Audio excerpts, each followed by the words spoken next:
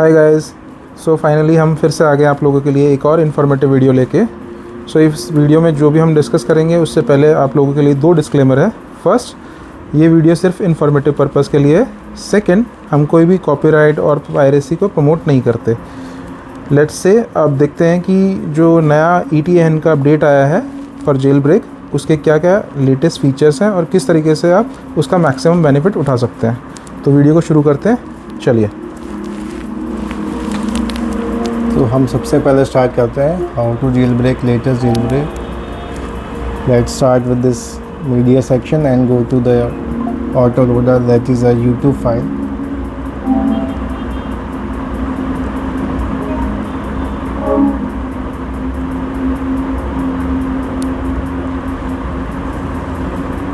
यहाँ पे कंप्लीट हो जाएगा। इसके बाद हमें होल्ड करना है। अब यहाँ पे हमें कुछ भी नहीं करना है, कोई पेलोड पे नहीं जाना है, हमें वेट करना है ETN को अपलोड होने के लिए। तो सबसे पहले इसमें ऑटोमेटिक सिंक्रोनाइज कर दिया है शैडो माउंट ने हमारे सारे गेम्स। और now it is saying welcome to ETN 2.5B। तो this is the latest one which is stable version. इसके हम कुछ फीचर्स बता देते हैं जो कि अभी हमारे पास लेटेस्ट आए हैं। तो सेटिंग्स में जाके हम जाएंगे डीबग सेटिंग्स में, उसके बाद हम जाएंगे सेटिंग्स में। तो यहाँ पे आपको दो तीन चीज़ें दिखेंगी। एक दिखेगा केस्टफ मेन्यू जो कि अभी नया आया है। तो यहाँ पे आया है पॉज केस्टफ जो कि हमने अभी नहीं किया है। Unpause kstuff on game close, replace kstuff with latest kstuff GitHub, delete kstuff और ये ऑटो लोड के स्टफ और ETN startup. This is basically kstuff को जैसे ही हम गेम स्टार्ट करेंगे तो 10 सेकंड के अंदर के स्टफ को पॉज कर देंगे ताकि हमारा गेम थोड़ा बेटर चल सके। उसके आगे इस चीज़ के लिए हम आगे आपको दिखाएंगे भी कि कैसे होता है। सेकंड फीचर अभी जो आया है वो है टेम्परेचर सेट करने का। तो मैं यहाँ पे कोई भी एक टेम्परेचर सेट कर सकता हूँ। उसके ऊपर हमारा PS5 फ़ैन को एडजस्ट करेगा और कोई भी चीज़ें आपको उसके बाद आपको रोकने के लिए कोशिश करेगा कि नहीं, इसके ऊपर नहीं जाना है। तीसरा जो कि अभी तक नहीं था, तीसरा बाकी कोई ख़ास इन्फॉर्मेशन नहीं है, बाकी पहले से ही हमारे पास अवेलेबल थे जो हम देख पा रहे हैं। इसके अलावा बाकी तो सारे सेम फीचर्स ही हैं ऑलमोस्ट। ये वर्ज़न थोड़ा स्टेबल है लास्ट वर्ज़न से, प्लस कम क्रैश करता है। ऐसा नहीं है कि क्रैश नहीं करता, ये कुछ हम एक्सपीरियंस शेयर कर रहे हैं हमारे कि कुछ टाइम ये क्रैश कर जाता है। और कुछ टाइम हमने ये भी देखा है कि जैसे हम गेम वगैरह कोई डिलीट करते हैं, यहाँ पे जाके हम डायरेक्टली गेम डिलीट करते हैं तो वो गेम कोशिश डिलीट तो हो जाता है यहाँ से, बट वो हमें एरर दिखाता है रीबिल्डिंग डेटाबेस करके।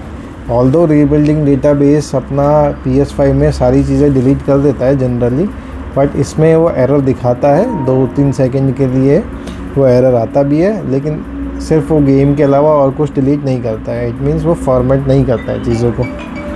तो ये चीज़ हम एक नई हमें बग मिला है इसमें। एक बग हमें ये भी मिला है कि जैसे कोई अगर PS5 का फोल्डर हमारी हार्ड डिस्क में है करेंटली, वो ऑटो रीड तो कर लेगा, लेकिन अगर मैंने कोई दूसरी हार्ड डिस्क इसमें लगा दिया, उसमें सेम फोल्डर है, तो वो आपके करंट गेम के सेटअप को हिला देगा वो। तो उससे क्या होगा कि आपको गेम चलाने में दोबारा से उसको तकलीफ़ आएंगी। तीसरा, आपके पास PS4 वाला गेम इंस्टॉल्ड है और PS5 वाला फोल्डर भी आपके पास, तो वो आपका फिर से PS4 वाला गेम को उड़ा देगा।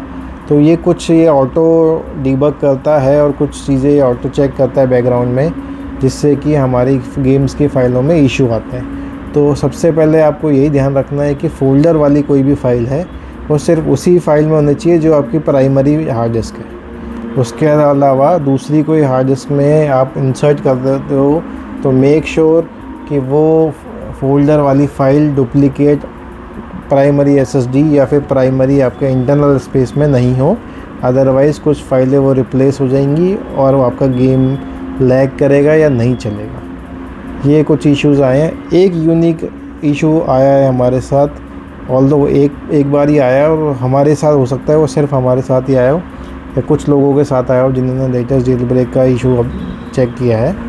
तो उसमें जेल ब्रेक फेल होने के बाद जैसे ही हम रीस्टार्ट करते हैं तो वो रीस्टार्ट नहीं होता है और 15 से 20 मिनट के लिए वो डेड दिखाता है हमें। डेड मीन्स कि ना तो कोई PS4 कंट्रोलर से चालू होगा, ना वो PS के बटन से चालू होगा, ना वो कुछ आपका स्विच ऑफ स्विच ऑन से कुछ होगा, किसी भी चीज़ से कुछ भी नहीं होगा। तो उस टाइम हम घबरा गए थे, लेकिन हाँ थोड़ी सी मेहनत जद्दोजहद के बाद 15-20 मिनट के बाद वो अपने आप चल गया था। तो ये हमें ऑब्ज़र्व हुआ है।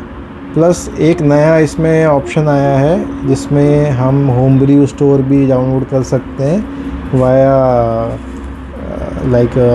इसमें अपना सीधा जो भी अपने PS4 के गेम्स हैं, पैकेज फाइल्स हैं, डायरेक्टली यहीं से सर्च करके और हम अपना डाउनलोड कर सकते हैं। जैसे ये प्रीलोड कर रहा है कैशे फाइल्स, तो यहाँ पे कुछ ऐप्स हैं, यहाँ पे स्टोर पे हम क्लिक करेंगे, ये कुछ ऐप्स हमें यहाँ पे मिल जाती है जो डायरेक्टली हम कर सकते हैं।